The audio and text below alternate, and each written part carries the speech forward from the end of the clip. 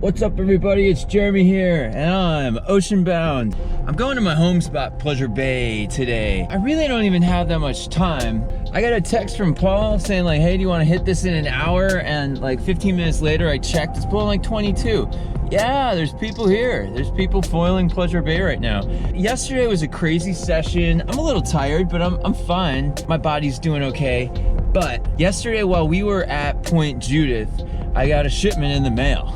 And it happens to be a bunch of katana looking foils from Armstrong. Me and Paul just received our 725s and our 1325s. So I couldn't be more stoked.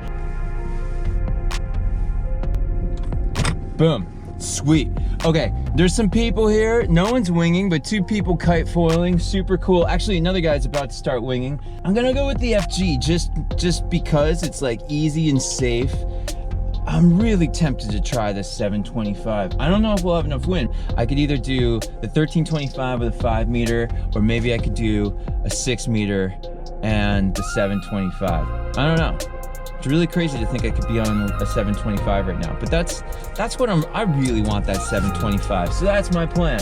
All right, here's Paul. He's here. I just dig his bargains. Bye. Yeah. Time to get our stuff together. We're losing daylight, so we only have like an hour left, but I'm super stoked to try something new. 725 or 1325. Rolling the dice. Which one's it gonna be? Let's check it out.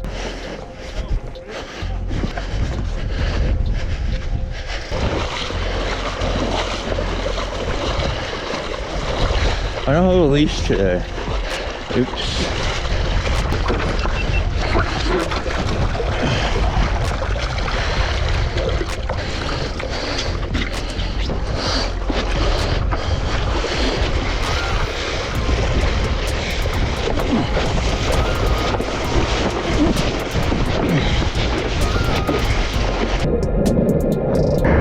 Oh yeah, there we go. Okay.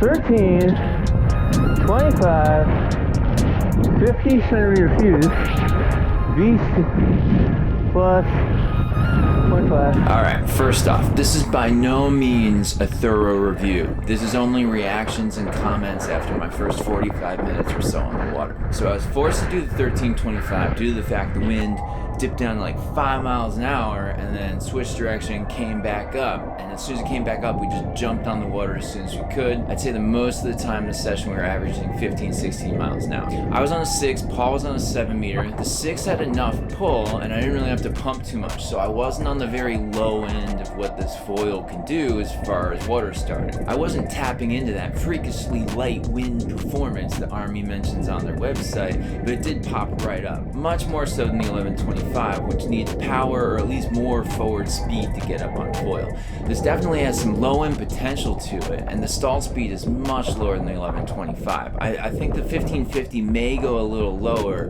but I'm going to try them back to back as soon as possible. We both thought the foils turned really well. Paul thinks the 1550 V2 may turn a little tighter and would be better for doing, say, like 360s, and I'm not 100% sure if I agree. I thought it turned really well, but for both of us we were using 50 centimeter stabs with V-tails, and for any of you guys that don't know, I mean the 60 is kind of like your average, so 50 stab is definitely shorter, and it definitely affected the pitch. It was a little pitchy for sure, but I think that probably could have made it carve from rail to rail a little better too. I'll definitely be on the 60 centimeter fuse for next session.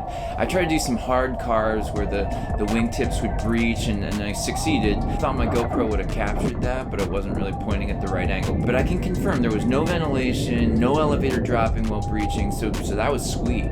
I believe they call these inflected wingtips for anyone who is wondering the terminology. And yeah, I really enjoyed going rail to rail and carving with it. The glide was great. In fact, I just kept kept wanting to do upwind tacks. It took me a little time to dial in the setup, but I was eventually able to get a good glide into kind of like a banked upwind tack, which felt really nice. And it really made me want to do some downwind swell riding. I know this is obvious because of how wide the wingtips are, but the thing is super stable, both at lower and higher speeds. I felt like we were cranking upwind for the amount of power that we had, especially me on the 6 meter, but you know, the wind was really weird and shifty and there were no flags flying, so it was hard to tell exactly what angle we were going in relation to the wind.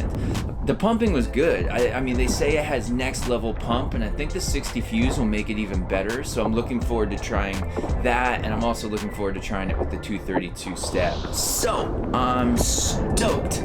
I almost didn't get one of these because I'm not 100% in love with the 1125 versus how I am with like 925, but I'm super glad I picked one of these up. I'm thinking I might be able to sell the 1550 as long as I can get, you know, to around the same low end with it.